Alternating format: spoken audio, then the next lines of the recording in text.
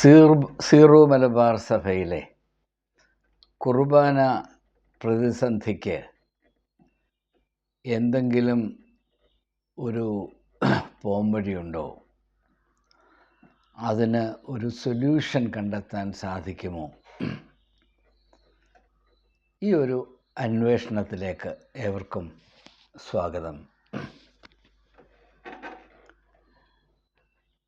ദീർഘനാളായി zero Malabar സഭ, പ്രത്യേകിച്ച് എറണാകുളം അങ്കമാലി ഡയസിസിലെ വിശ്വാസികൾക്ക് അസഹനീയമായ ആത്മീയ പ്രതിസന്ധി ഉളവാക്കിക്കൊണ്ടേയിരിക്കുന്ന, ഇപ്പോഴും പരിഹാരം കണ്ടെത്തുവാൻ കഴിയാതെ ജനം വലഞ്ഞുകൊണ്ടിരിക്കുന്ന ഒരു അവസ്ഥയാണ് ഈ കുർബാന സംബന്ധമായ വിവാദങ്ങൾ. ഞാൻ ഒരു കത്തോലിക്ക വിശ്വാസിയല്ല എങ്കിലും ഒരു മനുഷ്യൻ, അതായത് രണ്ട് കാലിൽ നടക്കുന്ന ഒരു മൃഗം എന്ന നിലയിൽ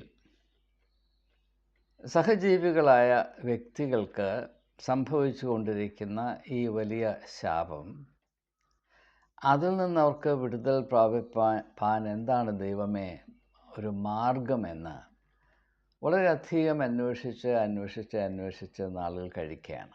അന്വേഷിച്ചാൽ നിങ്ങൾ കണ്ടെത്തുമെന്ന് യേശു പറഞ്ഞ വാക്ക് വിശ്വസിച്ചുകൊണ്ട് അതിനെ മുറുകെ പറ്റിക്കൊണ്ട് ഞാൻ എൻ്റെ അന്വേഷണം തുടരുകയാണ്. ഒരു പ്രശ്നം അല്ലെങ്കിൽ പ്രതിസന്ധി ഉണ്ടായാൽ, പ്രത്യേകിച്ച് വിവാദപരമായ ഒരു പ്രശ്നമുണ്ടായാൽ, അതിനോട് രണ്ട് വിധത്തിൽ സമീപിക്കാൻ സാധിക്കും. ഒന്ന്, അതിനെപ്പറ്റി ഏറ്റവും ശക്തമായി യുദ്ധം ചെയ്യുക, 18 മുറകളും ഉപയോഗിച്ച് യുദ്ധം ചെയ്യുക. അങ്ങനെ യുദ്ധം ചെയ്ത് ഒരു കൂട്ടർ മറ്റൊരു കൂട്ടത്തെ പരാജയപ്പെടുത്തുക. അങ്ങനെ പരാജയപ്പെടുത്തി കഴിയുമ്പോൾ ചരിത്രം നമ്മോട് പറയുന്നത് രണ്ട് കൂട്ടരും ഉണ്ടാവില്ല. നാം എന്തിനു വേണ്ടിയാണ് യുദ്ധം ചെയ്യുന്നത് അത് നശിച്ചു പോയിരിക്കും. അതോടുകൂടെ വഴക്കം തീരും. ഇത് സംബന്ധിച്ച് ഈസോപ്പിൻ്റെ കഥകൾ ഞാൻ വളരെ കൗതുകത്തോടെ അനേക തവണ വായിച്ചിട്ടുള്ളതാണ്. ഈസോപ്പിൻ്റെ കഥകൾ, ദ ഫേബിൾസ് ഓഫ് ഈസോപ്പ്.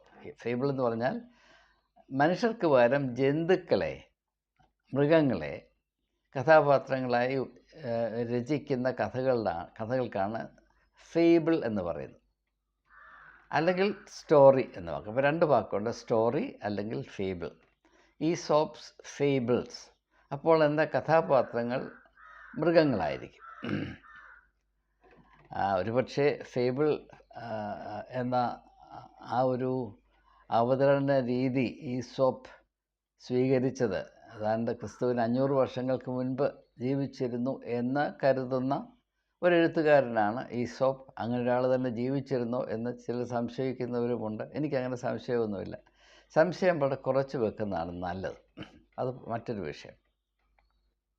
എനിക്ക് തോന്നുന്നു അദ്ദേഹം ഇപ്രകാരം ഒരു സമീപനം അവലംബിച്ചത്, മനുഷ്യനും മൃഗവും തമ്മിൽ വലിയ വ്യത്യാസമൊന്നുമില്ല, കാര്യത്തോടടുക്കം അറിയാം അവൻ്റെ ഉള്ളിലിരിക്കുന്ന മൃഗം ഏതാണ് എന്നുള്ളത്. അതും മറ്റൊരു വിഷയം. അതല്ല നമ്മുടെ ഇപ്പോഴത്തെ പ്രധാനപ്പെട്ട കേന്ദ്രബിന്ദു, ചിന്തയുടെ കേന്ദ്രബിന്ദു. അപ്പോൾ ആ ഒരു കഥാസമാഹാരത്തിൽ, ഈസോപ്പിൻ്റെ ഒരു കഥയിൽ, രണ്ട് കാക്കകൾ തമ്മിൽ വലിയ മത്സരമാണ്, വാഗ്വാദമാണ്. എന്താണ്, ഒരു റൊട്ടി, ബ്രെഡ് കിട്ടി. അപ്പോൾ രണ്ട് കാക്കകൾ തമ്മിൽ പരസ്പരം അടിയാണ്. അതെൻ്റേതാണ്. അപ്പോൾ അതിലൊരു കുരങ്ങ് വരും. കുരങ്ങ് പറയും, നിങ്ങളെന്തിനാണ് വഴക്കുണ്ടാക്കുന്നത്? ഈ റൊട്ടി എങ്ങനെയാണ് വിഭജിക്കേണ്ടത്? അപ്പം ഞാൻ ഇന്നടത്ത് വെച്ച് മുറിക്കാൻ പറഞ്ഞപ്പോൾ അവൾ പറയുന്നു, അല്ല അത് ഇപ്പുറം കുറഞ്ഞു പോയി, അപ്പുറം കൂടിപ്പോയി. ഇത് തർക്കം തുടർന്നുകൊണ്ടിരിക്കുകയാണ്. അപ്പം കുരങ്ങ് പറഞ്ഞു, പേടിക്കണ്ട, വിഷമിക്കണ്ട, ഞാൻ ഇടനില നിൽക്കാം, ഞാൻ മീഡിയേറ്റ് ചെയ്യാം. അപ്പോൾ രണ്ടുപേർക്ക് സന്തോഷം. അപ്പോൾ ഈ റൊട്ടി 2 കാക്കകളും കൂടെ സമ്മതിച്ച് കുരങ്ങിൻ്റെ കൊടുത്തു. അപ്പോൾ കുരങ്ങ് അവിടെ ഇരുന്ന് ആ റൊട്ടി എടുത്ത് മനഃപൂർവ്വം 2 അതുല്യമായ അണീക്വലായിട്ടുള്ള, അത് ഒന്ന് വലുത് ഒന്ന് ചെറുതായിട്ട് മുറിച്ചു. അതുപോലെ എന്നാൽ നിങ്ങൾ കഴിച്ചു. അപ്പോൾ അവർ പറഞ്ഞു, അയ്യോ അത് വലുത് ഇത് ചെറുതാക്കത്തില്ല. പറഞ്ഞു അങ്ങനെയാണോ, എന്നാൽ അത് ശരിയാക്കത്തില്ല എന്ന് പറഞ്ഞ് അദ്ദേഹം ആ വലിയ മുറി റൊട്ടി കഷ്ണത്തിൽ നല്ലൊരു കടി അടിച്ചപ്പോൾ ഇപ്പോൾ ഇത് ചെറുത് മറ്റേത് വലുത്. അപ്പോൾ വീണ്ടും വഴക്കായി. ഇത് അവൾക്ക് കൂടുതൽ കിട്ടുന്നത് എനിക്ക് കുറവാണ്. അപ്പോൾ അത് പ്രശ്നമില്ലല്ലോ, അതിൽ നല്ലൊരു കടി കടിച്ചു. അപ്പോൾ ഇതിപ്പോൾ ചെറുത് ഇത് വലുത്. അപ്പോൾ പറഞ്ഞു, അയ്യോ അതിപ്പോൾ അവൾക്ക് കൂടുതൽ, അതാണ് പ്രശ്നമില്ല, വീണ്ടും ഒരു കടി കടിച്ച് അവസാനം ഈ റൊട്ടി മുഴുവനും കുരങ്ങിൻ്റെ വയറ്റിലായി. കാക്കകളുടെ വഴക്കും തീർന്നു എന്ന ഒരു കഥയുണ്ട്. അത് ഈ സമയത്ത് ഓർക്കാവുന്ന, ഇതിനോട് ബന്ധമുള്ള പ്രസക്തമായൊരു കഥയായതുകൊണ്ട് ഞാൻ ഒന്ന് ഹ്രസ്വമായി സൂചിപ്പിച്ചു. ക്രിസ്ത്യാനികൾ വായിക്കേണ്ട ഒരു പുസ്തകമാണ് ഈസോപ്സ് ഫേബിൾസ്. അപ്പോൾ ഇതാണ് നമ്മുടെ അവസ്ഥ. ഇതിന് എന്തെങ്കിലും ഒരു മാർഗം, ഈ 2 കാക്കകൾ ഇങ്ങനെ റൊട്ടിക്കഷ്ണത്തിന് വേണ്ടി, ഇതും ഈ ദിവ്യബലി എന്ന് പറഞ്ഞാൽ അതിനകത്ത് റൊട്ടിയാണല്ലോ. അപ്പോൾ 2 കാക്കകൾ ഈ റൊട്ടിക്കഷ്ണത്തിന് വേണ്ടി മല്ലിടുമ്പോൾ അവരുടെ വഴക്ക് തീർക്കാനുള്ള കുരങ്ങായിട്ട് ഞാൻ ഇതിനകത്ത് ഇടപെടുന്നു എന്ന് നിങ്ങൾ വിചാരിച്ചാൽ മതി. ഏതായാലും നമുക്ക് ഈ പ്രശ്നത്തിൻ്റെ പരിഹാരം കാണാൻ ഞാൻ കുരങ്ങ് കളിച്ചാലും കുഴപ്പമില്ല.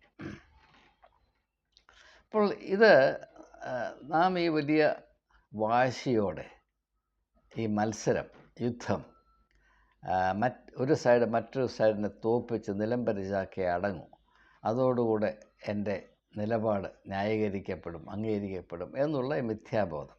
ചരിത്രം അതിനെ സാധൂകരിക്കുന്നില്ല. ഇത് ഏറ്റവും വലിയ മണ്ടത്തരമായിട്ടാണ് ചരിത്രം നമ്മെ ഇത് അറിയിക്കുന്നത് എന്നതിന് ഉപോത്ബലകമായി ഞാൻ ഈസോപ്പിനെ ഒന്ന് ഓർത്തുപോയി അത്രമാത്രം. രണ്ടാമതായിട്ട് നാം ഓർക്കേണ്ട കാര്യം, യേശു ക്രൂശിൽ നിന്ന് പറയുന്ന ആദ്യത്തെ കാര്യം എന്താണ്? പിതാവേ, ഇവർ ചെയ്യുന്നത് ഇന്നത് എന്നറിയായികയാൽ ഇവരോട് ക്ഷമിക്കണം. അതിൻ്റെ അർത്ഥം എന്താണ്? ഏതെങ്കിലും ഒരു പ്രശ്നം വന്നാൽ അത് യുദ്ധക്കളമാക്കി മാറ്റരുത്. ആ പ്രശ്നം എന്താണ് എന്ന് മനസ്സിലാക്കാൻ ശ്രമിക്കണം. നാം പലപ്പോഴും നിലപാടുകൾ സ്വീകരിക്കുന്നത് നമ്മുടെ അജ്ഞത കൊണ്ടാണ്. ഒന്നും അറിയാൻ താല്പര്യമില്ല, എല്ലാറ്റിനെയും സംരക്ഷിക്കാനാണ്, യുദ്ധം ചെയ്ത് കീഴടക്കാനാണ് നമുക്ക് താല്പര്യം.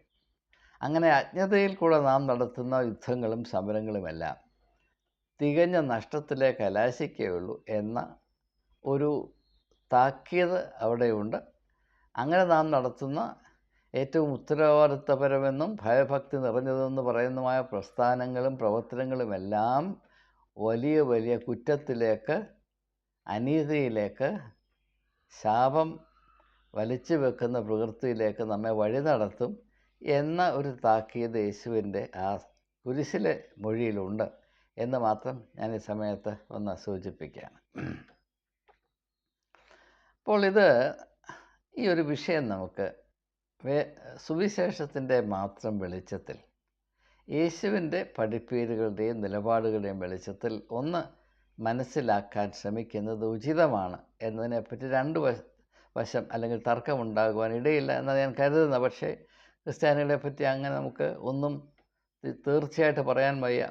ഏതിനെപ്പറ്റിയും വിവാദവും വാഗ്വാദവും തമ്മിലടിയും ഉണ്ടാക്കുവാൻ ലോകത്തിലെ ഏറ്റവും സമർത്ഥരാണ് നമ്മൾ എന്നത് നാം തെളിയിച്ച് കഴിഞ്ഞിട്ടുള്ളതാണ്.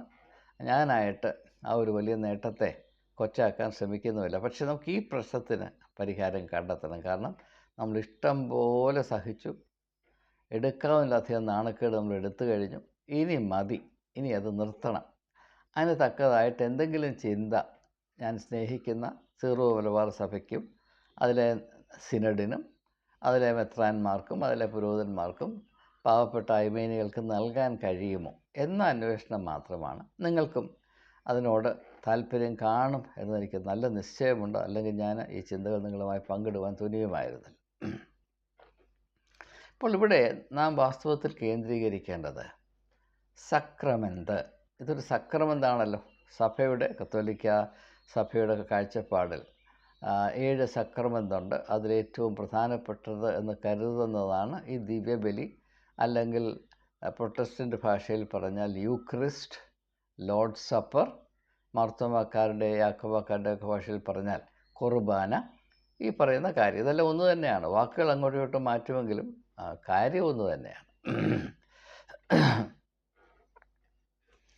അപ്പോൾ ഇവിടെ നമ്മുടെ ശ്രദ്ധ കേന്ദ്രീകരിക്കേണ്ടത് ദിവ്യബലി, ദ ഡിവൈൻ സാക്രിഫൈസ്, ഇതാണ്. അപ്പോൾ സാക്രിഫൈസാണ് ഇതിൻ്റെ കാതലായ ആശയം. അപ്പോൾ ഈ പ്രശ്നത്തെ എങ്ങനെ കൈകാര്യം ചെയ്യണമെന്ന് തീരുമാനിക്കേണ്ടത് ബലി, ദിവ്യബലി, ഡിവൈൻ സാക്രിഫൈസ് അല്ലെങ്കിൽ സാക്രിഫൈസ് എന്ന ആശയം എന്താണ് എന്ന് മനസ്സിലാകാതെ നാം എങ്ങനെയാണ് ഇത് തീരുമാനിക്കുന്നത് അല്ലെങ്കിൽ ഇതിനൊരു പരിഹാരം കണ്ടെത്തുന്നത്? എന്നെ ഏറ്റവും അധികം ചിന്തിപ്പിക്കുകയും ചിരിപ്പിക്കുകയും ചെയ്യുന്നൊരു കാര്യം, ഈ വിഷയത്തെപ്പറ്റി തെരുവിൽ വന്ന് ദ്വന്ദ്വയുദ്ധം നടത്തുന്ന രണ്ട് കക്ഷികളും ബലി എന്നാൽ എന്ത് എന്നതിനെപ്പറ്റി ഒരു നിമിഷം പോലും ചിന്തിക്കുവാൻ കൂട്ടാക്കുന്നില്ല എന്നത് തന്നെയാണ്. അപ്പോൾ ഇത് ആശയപരമായ ഒരു സംഘർഷമല്ല, പിന്നെയോ അധികാര സംബന്ധിയായ ഒരു യുദ്ധമാണ് എന്നാണ് എനിക്ക് മനസ്സിലാകുന്നത്.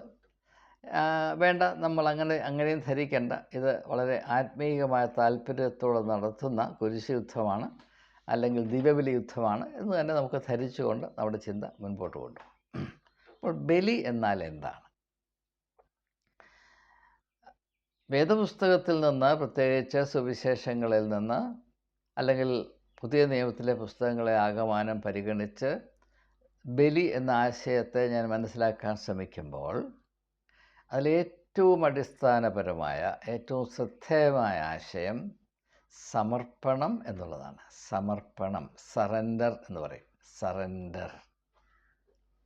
യേശുവിൻ്റെ കാഴ്ചപ്പാടിൽ മനുഷ്യൻ്റെ ആത്മീയ ജീവിതത്തിൻ്റെ ഏറ്റവും കാതലായ ഭാഗം അവനെ തന്നെ ദൈവത്തിന് സമർപ്പിക്കുന്നു. Individuals, churches must surrender themselves to God. Self surrender. പിതാവേ, എൻ്റെ ഇഷ്ടമല്ല, നിൻ്റെ ഇഷ്ടം തന്നെ നടക്കണം എന്ന് പറഞ്ഞ് ഗത്സമനത്തോട്ടത്തിൽ യേശു തന്നെ സമർപ്പിക്കുന്നു. യേശുവിൻ്റെ പരസ്യ ശുശ്രൂഷ ആരംഭിക്കുമ്പോൾ സാത്താനാൽ പരീക്ഷിക്കപ്പെടുമ്പോൾ ആ പരീക്ഷയെ യേശു അഭിമുഖീകരിച്ച് അതിജീവിക്കുന്നത് തന്നെ പിതാവിൻ്റെ ഇംഗിതത്തിന് സമർപ്പിച്ചുകൊണ്ടാണ്. ആ സമർപ്പണം ആദ്യം മുതൽ അവസാനം വരെ നിലനിർത്തുകയും ക്രൂശിൽ അത് പൂർത്തീകരിക്കുകയും ചെയ്തു എന്നതാണ് യേശുവിൻ്റെ വ്യക്തിത്വത്തിൻ്റെയും പരസ്യ ശുശ്രൂഷയുടെയും രത്നച്ചുരുക്കം. അപ്പോൾ യേശു ഇപ്രകാരം തൻ്റെ കഷ്ടാനുഭവത്തിന് മുൻപ് തൻ്റെ ശിഷ്യന്മാരുമായി ഒരു വിരുന്ന് ആചരിച്ചു എന്ന് മാത്രമല്ല, ആ വിരുന്നിന് ആത്മീകമായ ഒരു ഉള്ളടക്കം സ്ഥാപിച്ചു. വിരുന്നിൻ്റെ ഉള്ളിൽ സമർപ്പണം സ്ഥാപിച്ചു എന്നതാണ് ഈ അത്ഭുതകരമായ സക്രമെന്തിൻ്റെ ഉള്ളടക്കം. വിരുന്നിൻ്റെ ഉള്ളിൽ സമർപ്പണം ഉണ്ടാകണം. കാരണം ലോകം അങ്ങനെയല്ല. വിരുന്നെന്ന് പറഞ്ഞാൽ മനുഷ്യൻ തിമിർക്കുക എന്നുള്ളതാണ്. ആസ്വദിച്ച് അങ്ങ് പെരുപ്പിക്കുക എന്നതാണ്. ഇപ്പോൾ നമ്മുടെ പല പള്ളികളിലും വിരുന്നുണ്ട്. എൻ്റെ ചെറുപ്പത്തിലൊക്കെ പുതിയ പള്ളിയിൽ വിരുന്ന് പെരുന്നാൾ വരാനായിട്ട് ഞാൻ കാത്തിരിക്കും. കാരണം അന്നാണ് ഈന്തപ്പഴം. ചെറുപ്പത്തിലൊക്കെ ഈന്തപ്പഴം ഒന്നും തിന്നാനൊക്കത്തില്ല. അപ്പം ഓർത്തഡോക്സ് പള്ളി, പുതിയതിലുള്ള ഓർത്തഡോക്സ് പള്ളിയിൽ പെരുന്നാൾ വരുമ്പോൾ അവിടുന്ന് ഇവിടുന്നോ ചാക്കിനകത്ത് ഇറാഖിൽ നിന്ന് വരുന്നതാണ്. വലിയ വിലയൊന്നുമില്ല. അന്ന് 75 പൈസ അല്ലെങ്കിൽ 3/4 രൂപ ഉണ്ടെങ്കിൽ ഒരു റാത്തൽ, കിലോ അല്ല, അത് റാത്തൽ, ഒരു റാത്തൽ ഈന്തപ്പഴം കിട്ടും. അത് വാങ്ങിക്കും.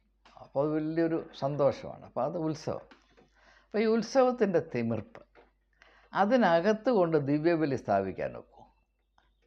അതിനകത്ത് കൊണ്ട് സമർപ്പണം. ഇപ്പോൾ പുതിയാവിലെ വലിയ പള്ളിയിൽ വലിയ പെരുന്നാൾ നടക്കുന്നു. പെരുന്നാളിൻ്റെ ഇടയിൽ കൊണ്ട് സമർപ്പണം സ്ഥാപിക്കാൻ നോക്കി അവർ ഓടിച്ചിട്ട് തല്ലും. അത് വേണ്ട. നമ്മുടെ ഏതെങ്കിലും ഒരു സഭയുടെ ഡയസിസൻ കൗൺസിൽ മീറ്റിംഗ് നടക്കുകയാണ്. അതിനകത്ത് കൊണ്ട് സമർപ്പണം സ്ഥാപിക്കാൻ ചെന്നാൽ അവർ തല്ലി 2 കാലിന് പകരം 4 കാല് ഓടിക്കും. അല്ലെങ്കിൽ സഭയുടെ താല്പര്യങ്ങൾ, ലാഭനഷ്ടങ്ങൾ കണക്കിലെടുത്ത് ലാഭത്തെ എങ്ങനെയാണ് വർദ്ധിപ്പിക്കേണ്ടത്, ആരെയാണ് അതിനുവേണ്ടി എന്താണ് പറയുന്നത് കറക്കേണ്ടത് എന്ന് ആലോചിച്ചിരിക്കുന്ന സമയത്ത് സമർപ്പണം എന്ന് പറഞ്ഞ ആശയം കൊണ്ട് ചെന്നാൽ അവർ കണ്ടം വഴി ഓടിക്കും. അപ്പോൾ ഇത് യേശുവിന് മാത്രം കഴിയുന്നൊരു കാര്യമാണ്, വിരുന്നിൻ്റെ ഉള്ളിൽ സമർപ്പണം സ്ഥാപിക്കുക. അതിന്നും ക്രിസ്ത്യാനി മനസ്സിലാക്കിയിട്ടില്ല. നമ്മെ സംബന്ധിച്ചിടത്തോളം ഇങ്ങനെയൊരു സംഭവം നടന്നു, ഇതെൻ്റെ ഓർമ്മയ്ക്കായി ചെയ്യാൻ പറഞ്ഞു. എന്താണ് ഓർക്കേണ്ടത്? ഓർക്കേണ്ടത് യേശു എന്ന് പറയുന്ന ജഡരക്തം, അതായത് വചനം ജഡമായി തീർന്നു എന്ന വ്യക്തിയല്ല. ഓർക്കേണ്ടത് ആ വ്യക്തിത്വത്തിൻ്റെ വെളിച്ചമായിരുന്ന സമർപ്പണം എന്ന് പറയുന്ന ആശയത്തെയാണ്. അപ്പോൾ സക്രമന്തിനെ യഥാർത്ഥത്തിൽ ആചരിക്കുക എന്ന് പറയുന്ന അർത്ഥം എന്താണ്? എൻ്റെ ജീവിതത്തിൻ്റെ എല്ലാ തുറയിലും എല്ലാ അംശത്തിലും ദൈവത്തോടുള്ള ബന്ധവും ആ ബന്ധത്തിൻ്റെ രത്നച്ചുരുക്കമായ സമർപ്പണവും സുപ്രധാനമായിരിക്കണം. അതില്ലാതെ, ഈ സമർപ്പണമില്ലാതെ ഒരു ബലിയുമില്ല. അത് അല്പം യുക്തി ഉണ്ടെങ്കിൽ നമുക്ക് മനസ്സിലാക്കാൻ കഴിയുന്നതാണ്. സമർപ്പണമില്ലാതെ ബലിയില്ല. ഇപ്പോൾ യേശു തന്നെ സമർപ്പിച്ചത് കൊണ്ടാണ് ക്രൂശിൽ തന്നെ ഒരു ബലിയായി, ലോകത്തിൻ്റെ പാപത്തിൻ്റെ മറുവിലയായി തന്നെ സമർപ്പിച്ചു എന്നല്ലേ നാം പറയുന്നത്. ആ സമർപ്പണം ഇപ്പോൾ യേശു തൻ്റെ ശിഷ്യന്മാരുമായിട്ട് ഇങ്ങനെ ഒരു വിരുന്ന് കഴിച്ചു. അതിനുശേഷം മഹാപുരോഹിതൻ്റെയും മഹാപുരോഹിതൻ്റെ പടയാളികളും റോമൻ പടയാളികളും അദ്ദേഹത്തെ പിടിക്കാൻ വന്നപ്പം വാല തീ കത്തുന്ന പോലെ ഓടി രക്ഷപ്പെട്ടു. അങ്ങനെയായിരുന്നുവെങ്കിൽ അപ്പോൾ ഇപ്പോൾ പത്രോസ് പറയുക, യേശുവെ പിതാവിൻ്റെ ഹിതം അന്വേഷിച്ചിട്ട് വേണ്ട ഓടാൻ. അതുകൊണ്ട് യേശു പറയുകയാണ്, പോടാ പത്രോസെ, ഞാൻ നിന്നെ പാറയെന്ന് പറഞ്ഞ് നിൻ്റെ ഹൃദയം പോലും കല്ലായിപ്പോയി, ഞാൻ എൻ്റെ പണി നോക്കാൻ പോവുക എന്ന് പറഞ്ഞ് ഓടി രക്ഷപ്പെട്ടു പോയിരുന്നെങ്കിൽ യേശു തൻ്റെ ശിഷ്യന്മാരുമായി ആചരിച്ച അന്ത്യ അത്താഴത്തിന് ഒരു ചപ്പാത്തിയുടെ വില ഉണ്ടാകുമായിരുന്നു. അപ്പോൾ ആ സംഭവത്തിൻ്റെയും ഉള്ളടക്കം, അതിന് മാഹാത്മ്യം നൽകുന്ന, അതിന് ആത്മീയമായ വെളിച്ചം നൽകുന്ന ആശയം സമർപ്പണമാണ് എന്തുകൊണ്ടോ ക്രിസ്ത്യാനി പറയാൻ ഭയക്കുകയാണ്. അല്ലെങ്കിൽ ഇവർ ചെയ്യുന്നത് എന്നറിയായികയാൽ ഇവരോട് ക്ഷമിക്കണമേ എന്ന് മാത്രമേ നമുക്ക് പറയാൻ സാധ്യമാകൂ.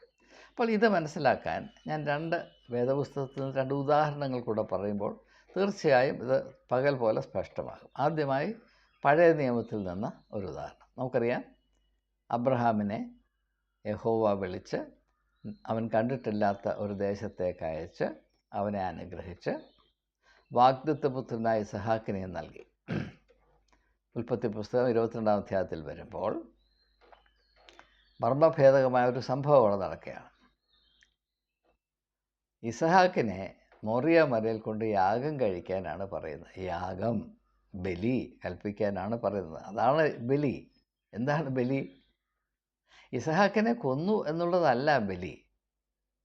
അബ്രഹാമിനെ സംബന്ധിച്ചിടത്തോളം അവൻ്റെ ഇംഗിതം, അവൻ്റെ വിൽ പവർ, അവൻ്റെ ഇച്ഛാശക്തി ദൈവത്തിൻ്റെ ഇംഗിതത്തിന് 100% കീഴ്പ്പെടുത്തിയിട്ടുണ്ടോ?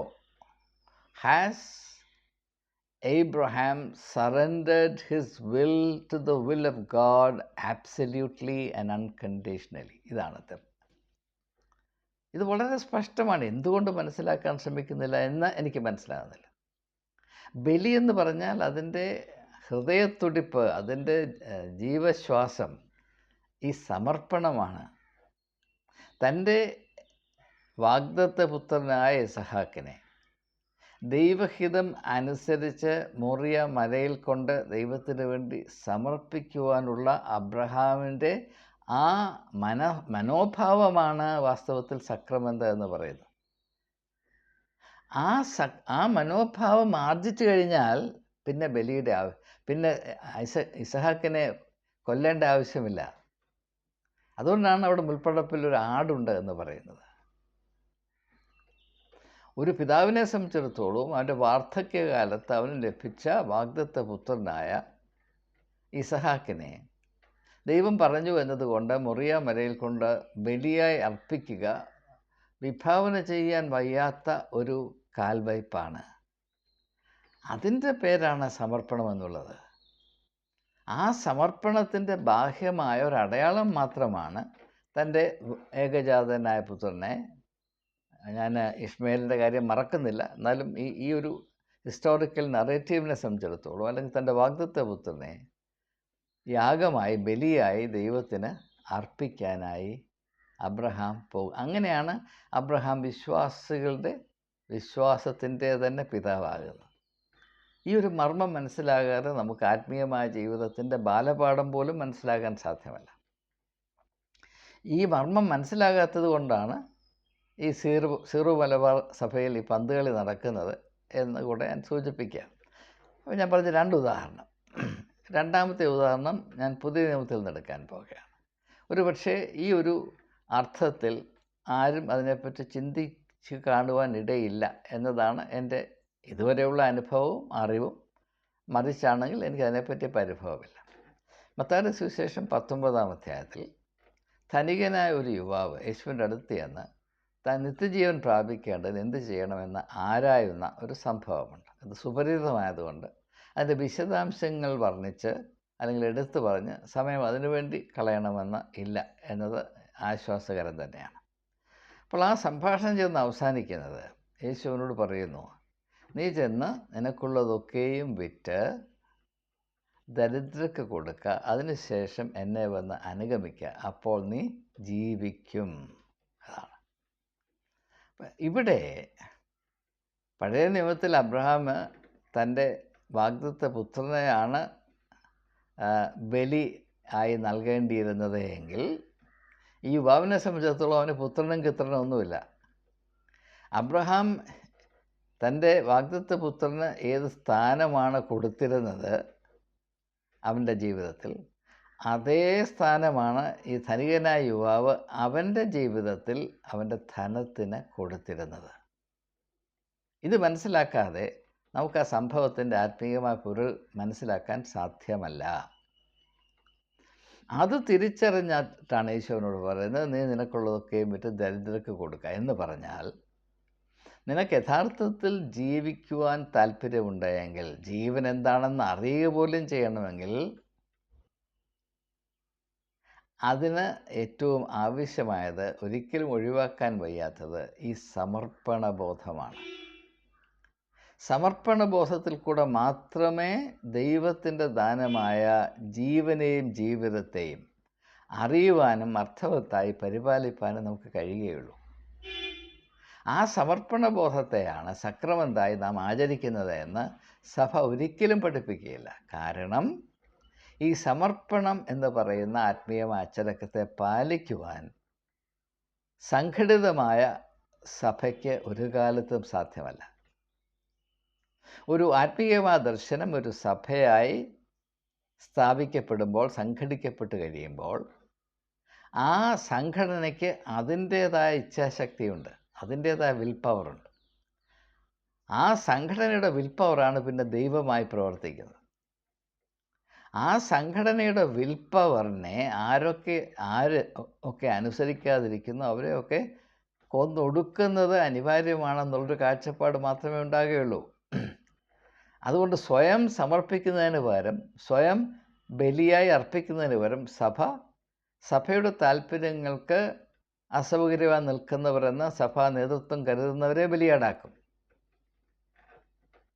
അതിൻ്റെ അനേക ഉദാഹരണങ്ങൾ എനിക്ക് എടുത്തു പറയാൻ കഴിയും. ഇപ്പോൾ നമ്മുടെ മധ്യത്തിൽ സ്ഥിതി ചെയ്യുന്ന അവസ്ഥയിൽ നിന്ന് അനേകം ഉദാഹരണങ്ങളെടുത്ത് എനിക്ക് പറയാൻ സാധിക്കും. പക്ഷെ സമയത്തിൻ്റെ പരിമിതി കൊണ്ട് ഞാൻ അങ്ങോട്ട് പോകുന്നില്ല. അപ്പോൾ എന്തുകൊണ്ടാണ് സീറോ മലബാർ സഭയിൽ ജനാഭിമുഖ കുർബാനയാണോ അതോ അൾത്താര ആഭിമുഖ കുർബാനയാണോ എന്ന തർക്കത്തിന് അന്ത്യമില്ലാത്തത്? ഒറ്റ കാര്യമേ ഉള്ളൂ. 2 കൂട്ടരും ഈ സമർപ്പണം എന്ന് പറയുന്ന ആത്മീയമായ മർമ്മത്തോട് വിദൂര ബന്ധം പോലും ഇല്ലാതെ ഈ ഒരു സാഹചര്യത്തെ കാണുകയും അത് രണ്ടുപേരുടെയും അധികാരത്തിൻ്റെ വാൾപ്രയോഗമായി വാൾപ്പയറ്റായി കണ്ട് വിജയവും പരാജയവും, ആര് ജയിക്കും ആര് തോക്കും, ആരെ തോൽപ്പിക്കാൻ കഴിയും, ഇത് ദിവ്യബലിയുമായി യാതൊരു ബന്ധവുമില്ല എന്ന് മാത്രമല്ല, ഇത് വെറും പൈശാചികമായ ഒരു മനോഭാവം മാത്രമാണ്. പക്ഷേ ഇവിടെ നാം മനസ്സിലാക്കേണ്ടത്, ഇങ്ങനെയൊരു പ്രതിസന്ധി ഉളവായേ മതിയാകൂ. കാരണം സഭകൾ, പ്രത്യേകിച്ച് കത്തോലിക്ക സഭ, അതിന് യൂറോപ്യൻ രാജ്യങ്ങളുടെ പശ്ചാത്തലത്തിൽ അദമ്യമായ രാഷ്ട്രീയ സ്വാധീനവും ശക്തിയും ഭുജബലവും ഉണ്ടായിരുന്നത് കൊണ്ട് രാഷ്ട്രങ്ങൾ എപ്രകാരമാണ് സജ്ജീകരിക്കപ്പെട്ടത് അതുപോലെയാണ് സഭ സജ്ജീകരിക്കപ്പെട്ടിരിക്കുന്നത്. ഒരു രാഷ്ട്രത്തിന് അതിൻ്റെ നേതാക്കന്മാരുടെ ഇംഗിതം അത് പ്രജകളായ എല്ലാവരും നിരുപാധികമായി അനുസരിക്കണമെന്ന എപ്രകാരം നിർബന്ധ ബുദ്ധി ഉണ്ടാകുന്നുവോ അതുപോലെയാണ് സിനഡ് തങ്ങളുടെ തീരുമാനങ്ങൾ അതിനെ സ്വാധീനിപ്പാൻ വിശ്വാസികൾക്ക് യാതൊരു അവകാശവുമില്ല. വിശ്വാസികളാണ് ഈ ഭാരം പേറേണ്ടത്. പക്ഷേ അവർക്ക് ഇതിനകത്ത് ഒരഭിപ്രായം പറയാനും അവകാശമില്ല. രാജാക്കന്മാരായ ഞങ്ങൾ പറയുന്നത് നിങ്ങളങ്ങ് കേട്ടാൽ മതി, ഞങ്ങൾ ചക്രവർത്തിമാരും നിങ്ങൾ പ്രജകളുമാണ്, നിങ്ങൾക്ക് ചോദിക്കാൻ അവകാശമില്ല എന്ന മനോഭാവത്തിൽ മാത്രമാണ് ഇത് സംഘടിക്കപ്പെട്ടിരിക്കുന്നതെന്ന് മനസ്സിലാക്കാൻ ആർക്കും ഒരു പ്രയാസം ഉണ്ടാകേണ്ട കാര്യമില്ല. നമുക്ക് അല്പം ചരിത്രബോധമുണ്ടല്ലോ. അപ്പോൾ എനിക്ക് രണ്ട് കൂട്ടത്തിലുള്ള ആളുകളോട്, രണ്ട് സൈഡിലുള്ള ആളുകളോടും പറയാനുള്ളത്, നിങ്ങൾ രണ്ടുപേരും യേശുവിൻ്റെ മാർഗത്തെ അനുസരിച്ചോ യേശുവിൻ്റെ കാഴ്ചപ്പാടിനെ യേശുവിൻ്റെ അച്ചടക്കത്തെ മാനിച്ചോ അല്ല ഈ തെരുവുയുദ്ധം നടത്തുന്നത്. നിങ്ങൾ ദയവായി യേശുവിൻ്റെ മാർഗത്തിലേക്ക് മടങ്ങി വരുവീൻ. യേശു നൽകിയ അത്ഭുതകരമായ മാതൃകയെ നിങ്ങളിന്ന് അപമാനിക്കുന്നത് അറിവില്ലായ്മ കൊണ്ടാണ്. അറിവ് പ്രാപിപ്പീൻ. കുറഞ്ഞ പക്ഷം ദിവ്യബലി നടത്തുന്ന വിധം എന്ത് എന്നതിനെപ്പറ്റി നിങ്ങൾ നടത്തുന്ന ഈ തെരുവ് യുദ്ധം, ആ യുദ്ധം നടത്തുമ്പോൾ നിങ്ങൾ അനിവാര്യമായി സ്വീകരിക്കേണ്ട കടമ ബലി എന്നാൽ എന്ത് എന്നതിനെപ്പറ്റി ബാലപാഠങ്ങൾ എങ്കിലും മനസ്സിലാക്കാൻ ശ്രമിക്കുക. ഞാൻ വീണ്ടും ആവർത്തിച്ച് എന്നെ കേൾക്കുന്ന പ്രിയമുള്ളവരോട് പറയുന്നത്, ബലി എന്ന ആശയത്തിൻ്റെ മൂല അർത്ഥം, ദ റൂട്ട് മീനിങ്, സമർപ്പണം എന്നുള്ളതാണ്.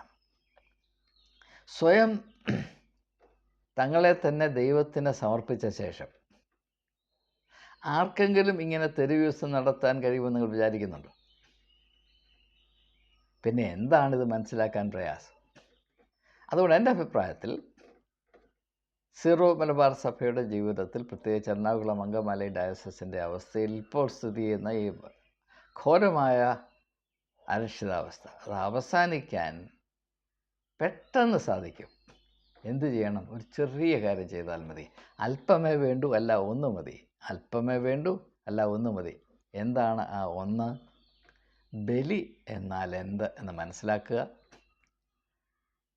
വേദപുസ്തകത്തിൻ്റെ വെളിച്ചത്തിൽ ഞാനോ സാക്ഷ്യപ്പെടുത്തുന്നത്, ബലി എന്നാൽ സ്വയം സമർപ്പണം എന്നുള്ളതാണ്. അങ്ങനെ സ്വയം സമർപ്പിക്കുന്നവർ തങ്ങളുടെ ഇച്ഛാശക്തിയെ, അവരുടെ വിൽ പവറിനെ ദൈവത്തിൻ്റെ ഇച്ഛാശക്തിക്ക്, ദ വിൽ ഓഫ് ഗാഡ്, സമർപ്പിക്കുന്നു. അത് അടയാളപ്പെടുത്തിക്കൊണ്ടാണ് യേശു താൻ പഠിപ്പിച്ച പ്രാർത്ഥനയിൽ, നിൻ്റെ ഹിതം സ്വർഗത്തിലെ പോലെ ഭൂമിയിലുമാകണമേ. ഈ ദിവ്യബലി സംബന്ധമായ വിവാദം, അത് സംബന്ധമായ ഇരു കൂട്ടരും വന്ന് കർത്താവ് പഠിപ്പിച്ച പ്രാർത്ഥന മുഴുവനും പ്രാർത്ഥിക്കേണ്ട, ഈ ഒരൊറ്റ ഭാഗം മാത്രം ഒന്ന് വിടുക, നിൻ്റെ ഹിതം സ്വർഗത്തിലെ പോലെ ഭൂമിയിലുമാകണമേ എന്ന് പറയുമ്പോൾ രണ്ട് കൂട്ടരും കൂടെ ചേർന്നിരുന്ന ദൈവഹിതം എന്ത് എന്ന് അന്വേഷിക്കും. പക്ഷേ നാം മനസ്സിലാക്കേണ്ടത്, ഈ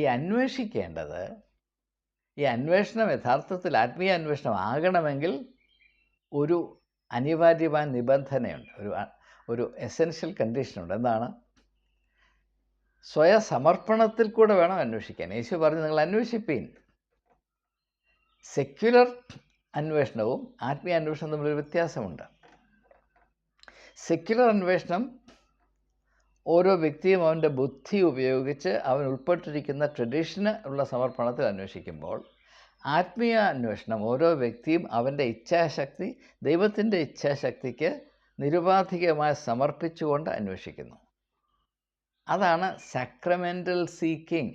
ക്രിസ്ത്യാനിയുടെ ജീവിതത്തിൽ അവൻ ഞായറാഴ്ച തോറും ദിവ്യബലി കഴിക്കുന്നുവെന്ന് മാത്രമല്ല, അവൻ്റെ ജീവിതം സാക്രമെൻ്റലായിരിക്കണം. ഇതെനിക്ക് ഏറ്റവും കൂടുതൽ വ്യക്തമായി മനസ്സിലാക്കാൻ എന്നെ സഹായിച്ചത് ഒരു പോയറ്റാണ്, ഒരു ജെസ്വിറ്റ് പോയറ്റ് പ്രീസ്റ്റ്. അദ്ദേഹത്തിൻ്റെ പേര് Gerald Manley Hopkins, GERARD MANLEY HOPKINS, Gerald Manley Hopkins. നമ്മുടെ ജീവിതം മുഴുവനും സാക്രമെൻ്റലാകണം. സാക്രമെൻ്റ് കഴിച്ചു എന്നതുകൊണ്ട് യാതൊരു അർത്ഥവുമില്ല. അത് അർത്ഥശൂന്യമാണ്. യേശു വിഭാവന ചെയ്ത ലക്ഷ്യം എന്താണ്? വിശ്വാസിയുടെ ജീവിതം, അവൻ്റെ വ്യക്തിത്വം സാക്രമെൻ്റലായിരിക്കണം. The very life and personality of a believer must be sacramental. അപ്പോൾ അങ്ങനെ വരുമ്പോൾ അതിൻ്റെ ഏറ്റവും കാതലായ ആശയം എന്താണ്? സമർപ്പണത്തിൻ്റേതാണ്. അതുകൊണ്ടാണ് ദൈവത്തെ അനുസരിക്കുന്നത് പൂർണ്ണ സ്വാതന്ത്ര്യമാണെന്നും അത് സകല യാഗങ്ങളെക്കാളും മേന്മേറിയതാണെന്നും വേദപുസ്തകം പറയും. ഈ ഒരു കാതലായ ഭാഗമില്ലാതെ നാം എന്ത് യുദ്ധം ചെയ്താലും അത് കൂടുതൽ കൂടുതൽ കൂടുതൽ അന്ധകാരത്തിൻ്റെ വായിലേക്ക് നമുക്ക് വീണു പോകാൻ ഉതകുന്ന ഒരു അവസരമെന്നല്ലാതെ ഇതിന് യാതൊരു വിധത്തിലുള്ള വിടുതലും ഉണ്ടാകുകയില്ല. ഞാൻ ചിന്തകൾ അവസാനിപ്പിക്കുമ്പോൾ ഇംഗ്ലീഷ് കവിയായിരുന്ന മാത്യു ആർണൾഡ്, അദ്ദേഹത്തിൻ്റെ വളരെ വിഖ്യാതമായൊരു കവിതയാണ് ഡോവർ ബീച്ച്. അതിൽ 2 വരികൾ മാത്രം ഒന്ന് ഓർത്തുകൊണ്ട് എൻ്റെ വാക്കുകൾ ഉപസംഹരിക്കാൻ പോവുകയാണ്. Here we are as on a darkling plain where ignorant armies clash by night. ഇവിടെ നമ്മുടെ അവസ്ഥ എന്താണ്? Ignorant armies clash by night. എന്താണ് ഇഗ്നറൻറ്റ്? അവരെന്തിനു വേണ്ടി, അവരാരാണെന്നറിയില്ല, അവരെന്തിനു വേണ്ടി യുദ്ധം ചെയ്യുന്നറിയില്ല, പക്ഷെ അവർ യുദ്ധം ചെയ്യുക. എന്താണ്? രാത്രിയിലാണ്, അന്ധകാരമാണ് എന്ന് പറഞ്ഞാൽ ഒന്നും അറിയില്ല. നാം എന്തിനു വേണ്ടിയാണ് യുദ്ധം ചെയ്യുന്നത്? നാം ആരോടാണ് യുദ്ധം ചെയ്യുന്നത്? നാം ആർക്ക് വേണ്ടിയാണ് യുദ്ധം ചെയ്യുന്നത്? ഈ യുദ്ധം ചെയ്യാൻ നാം ആരാണ്? ഇത് ആരുടെ യുദ്ധമാണ്? ഇതൊന്നും അറിയില്ല. Here we are as on a darkling plain where ignorant armies clash by night.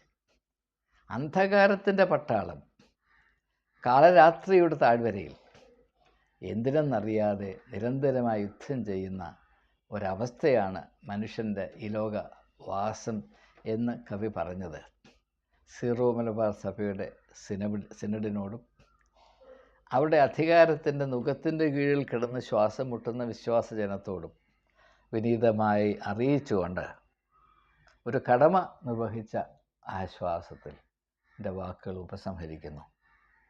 ഹിന്ദുക്കളുടെ ഒരു പ്രാർത്ഥനയിൽ പറയുന്നത് പോലെ ശാന്തി ശാന്തി ശാന്തി ശാന്തി ഹി. യേശു പറഞ്ഞു, എൻ്റെ സമാധാനം ഞാൻ നിങ്ങൾക്ക് തരുന്നു, നിങ്ങൾ സമാധാനമായിരിക്കും.